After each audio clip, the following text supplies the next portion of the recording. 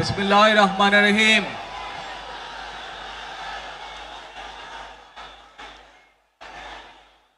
প্রিয় বাংলাদেশ,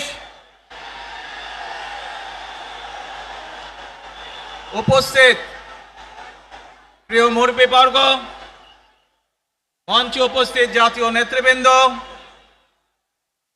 আমার সামনে উপস্থিত প্রিয় ভাই ও বোনেরা এবং মিডিয়ার মাধ্যমে সমগ্র বাংলাদেশ থেকে যারা দেখছেন এই অনুষ্ঠান, প্রিয় ভাই বোনেরা, প্রিয় মা বোনেরা, আসসালামু আলাইকুম। প্রিয় ভাই বোনেরা, আজ প্রথমেই আমি রব্বুল আলামিনের দরবারে হাজারো লক্ষ কোটি শুকরিয়া জানাতে চাই। রব্বুল আলামিনের অশেষ রহমতে আজ আমি আমার প্রিয় মাতৃভূমিতে ফিরে আসতে পেরেছি আপনাদের দোয়ায়। আপনাদের মাঝে প্রিয় ভাই বোনেরা, আমাদের এই প্রিয় মাতৃভূমি 1971 সালে লাখো শহীদের রক্তের বিনিময়ে অর্জিত হয়েছিল। ঠিক একইভাবে 75-এ আবার 7ই নভেম্বর আধিপত্যবাদীদের হাত থেকে রক্ষার জন্য সেদিন সিপাহী জনতার বিপ্লবের মাধ্যমে আধিপত্যবাদের হাত থেকে দেশকে রক্ষা করা হয়েছিল। একইভাবে পরবর্তীতে 90-এ স্বৈরাচারের বিরুদ্ধে এদেশের জনগণ, এদেশের খেটে খাওয়া মানুষ তাদের গণতান্ত্রিক অধিকারকে ছিনিয়ে এনেছিল। কিন্তু তারপরেও ষড়যন্ত্রকারীদের ষড়যন্ত্র থেমে থাকেনি। আমরা তারপর দেখেছি 2024 সালে, 71 সালে এই দেশের মানুষ যেমন স্বাধীনতা অর্জন করেছিল, 2024 সালে এদেশের ছাত্র জনতা সহ সর্বস্তরের মানুষ, কৃষক, শ্রমিক, গৃহবধূ, নারী, পুরুষ, মাদ্রাসার ছাত্র সহ দলমত নির্বিশেষে, শ্রেণী পেশা নির্বিশেষে সকল মানুষ সেদিন 2024 সালের 5ই আগস্ট এই দেশের স্বাধীনতা এবং সার্বভৌমত্বকে রক্ষা করেছিল। প্রিয় ভাই বোনেরা, আজ বাংলাদেশের মানুষ কথা বলার অধিকার ফিরে পেতে চায়। তারা তাদের গণতান্ত্রিক অধিকার ফিরে পেতে চায়। বাংলাদেশের মানুষ চায় তারা তাদের যোগ্যতা অনুযায়ী ন্যায্য অধিকার পাবে। প্রিয় ভাই বোনেরা, আজ আমাদের সময় এসেছে সকলে মিলে দেশ গড়ার। এই দেশে যেমন পাহাড়ের মানুষ আছে, এই দেশে একইভাবে সমতলের মানুষ আছে। এই দেশে মুসলমান, বৌদ্ধ, খ্রিস্টান, হিন্দু সহ বিভিন্ন ধর্মের মানুষ বসবাস করে।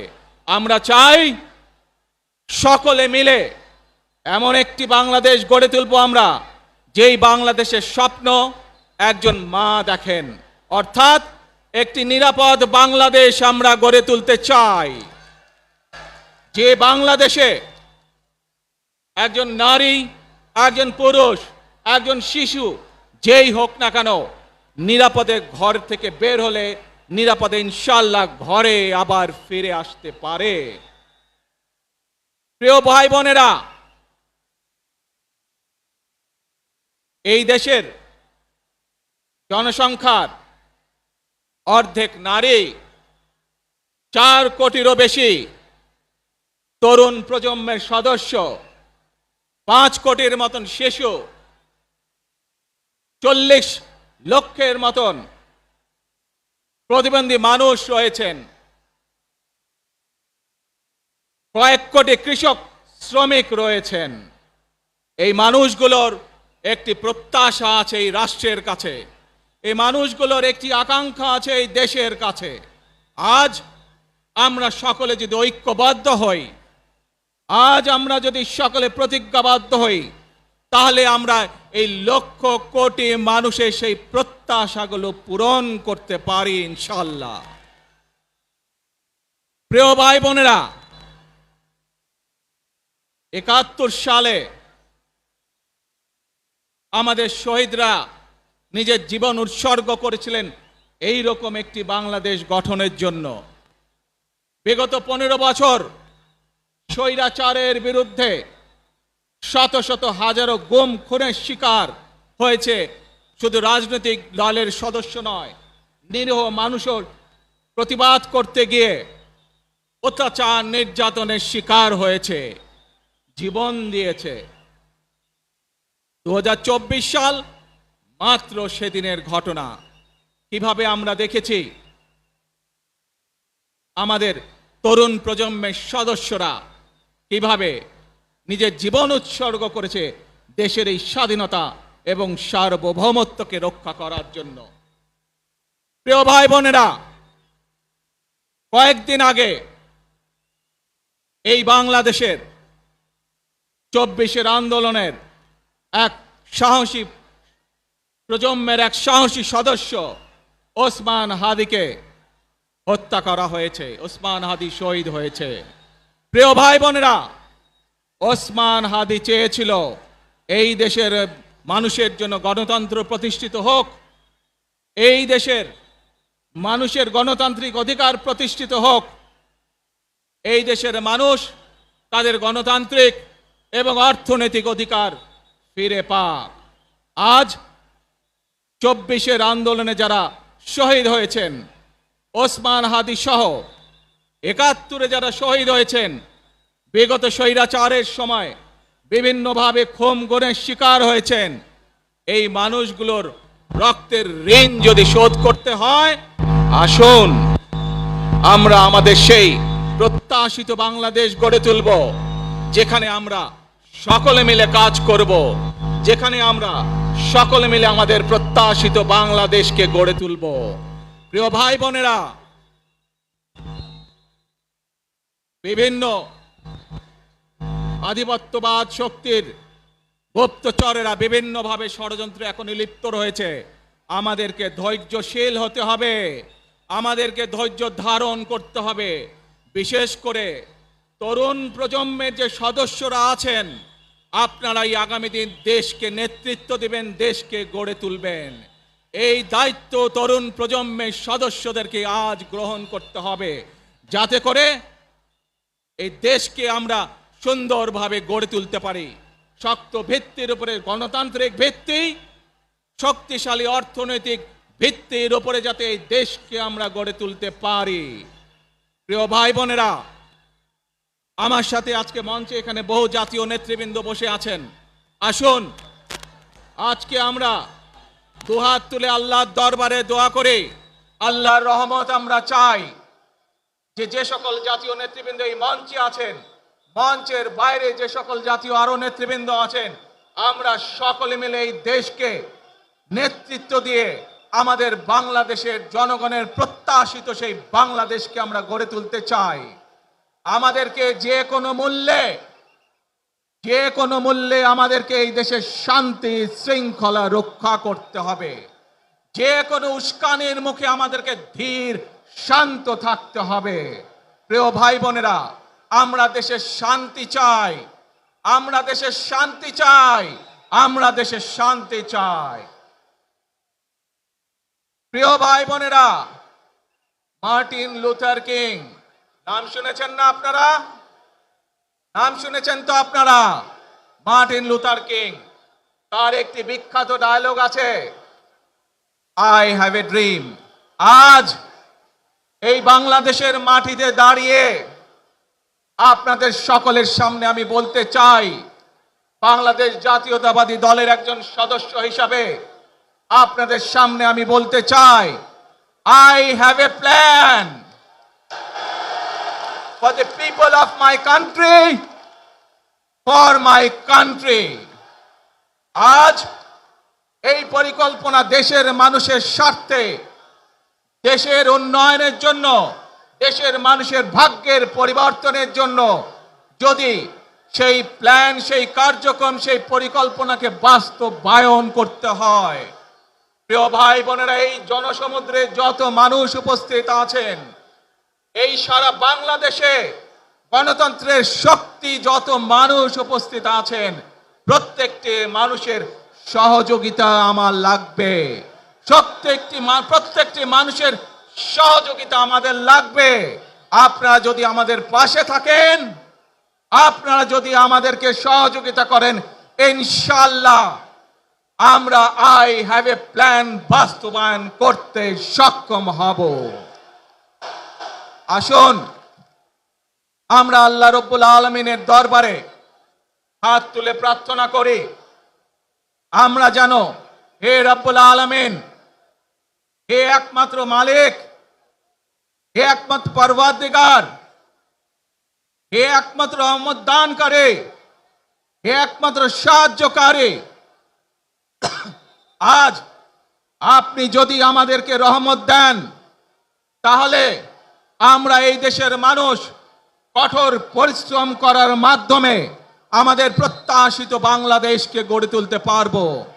আজ যদি আল্লাহর রহমত এই দেশ এবং এই দেশের মানুষের পক্ষে থাকে, আল্লাহর সাহায্য, আল্লাহর দয়া এই দেশের মানুষের উপরে, এই দেশের উপরে থাকে, ইনশাআল্লাহ আমরা আমাদের প্রত্যাশিত বাংলাদেশ গড়ে তুলতে সক্ষম হব। প্রিয় ভাই বোনেরা, আজ আসুন আমরা সকলে মিলে প্রতিজ্ঞা করি, আমরা সকলে মিলে প্রতিজ্ঞা করি যে ইনশাআল্লাহ আগামী দিনে দেশ পরিচালনার দায়িত্বে যারা আসবে, আমরা সকলে নবী করিম সাল্লাল্লাহু আলাইহি সাল্লামের যে ন্যায়পরায়ণতা, সেই ন্যায়পরায়ণতার আলোকে আমরা দেশ পরিচালনার সর্বোচ্চ চেষ্টা করব। প্রিয় ভাই বোনেরা, আজ আপনারা জানেন এখান থেকে আমি আমার মা দেশনেত্রী খালেদা জিয়ার কাছে যাব। একটি মানুষ, যে মানুষটি এই দেশের মাটি, এই দেশের মানুষকে নিজের জীবনের থেকেও বেশি ভালোবেসেছেন, তার সাথে কি হয়েছে আপনারা প্রত্যেকটি মানুষ সে সম্পর্কে অবগত আছেন। সন্তান হিসাবে আপনাদের কাছে আমি চাইবো, আজ আল্লাহর দরবারে আপনারা দোয়া করবেন যাতে আল্লাহ ওনাকে তৌফিক দেন, উনি যাতে সুস্থ হতে পারেন। প্রিয় ভাই বোনরা, সন্তান হিসাবে আমার মন আমার মায়ের বিছানার পাশে পড়ে আছে সেই হাসপাতালের ঘরে, কিন্তু সেই মানুষটি যাদের জন্য জীবনকে উৎসর্গ করেছে, অর্থাৎ আপনারা এই মানুষগুলোকে, যাদের জন্য দেশনেত্রী খালেদা জিয়া জীবন উৎসর্গ করেছেন, নিজের জীবন, সেই মানুষগুলোকে আমি কোনোভাবেই ফেলে যেতে পারি না। এবং সেজন্যই আজ হাসপাতালে যাবার আগে আপনাদের প্রতি সহ টেলিভিশনগুলোর মাধ্যমে যারা সমগ্র বাংলাদেশে আমাকে দেখছেন, আপনাদের সকলের কাছে কৃতজ্ঞতা প্রকাশ করার জন্য আজ আমি এখানে দাঁড়িয়েছি আপনাদের সামনে। প্রিয় ভাই বোনেরা, আসুন আমাদেরকে আজকে নিশ্চিত করতে হবে, আমরা যে ধর্মের মানুষ হই, আমরা যে শ্রেণীর মানুষ হই, আমরা যে দলেরই রাজনৈতিক দলের সদস্য হই অথবা একজন নির্দলীয় ব্যক্তি হই, আমাদেরকে নিশ্চিত করতে হবে যে কোনো মূল্যে আমরা আমাদের এই দেশের শান্তি শৃঙ্খলাকে ধরে রাখতে হবে। যে কোনো মূল্যে যে কোনো বিশৃঙ্খলাকে পরিত্যাগ করতে হবে। যে কোনো মূল্যে আমাদেরকে নিশ্চিত করতে হবে যাতে মানুষ নিরাপদ থাকতে পারে। শিশু হোক, নারী হোক, পুরুষ হোক, যে কোনো বয়স, যে কোনো শ্রেণী, যে কোনো পেশা, যে কোনো ধর্মের মানুষ যেন নিরাপদ থাকে, এই হোক আমাদের চাওয়া আজকে। প্রিয় ভাই বোনেরা, আসুন প্রিয় ভাই বোনেরা, সবাই মিলে আজ আমরা প্রতিজ্ঞাবদ্ধ হই, সবাই মিলে করব কাজ। কে জোরে আরো, সবাই মিলে করব কাজ, কর্মমোদের বাংলাদেশ।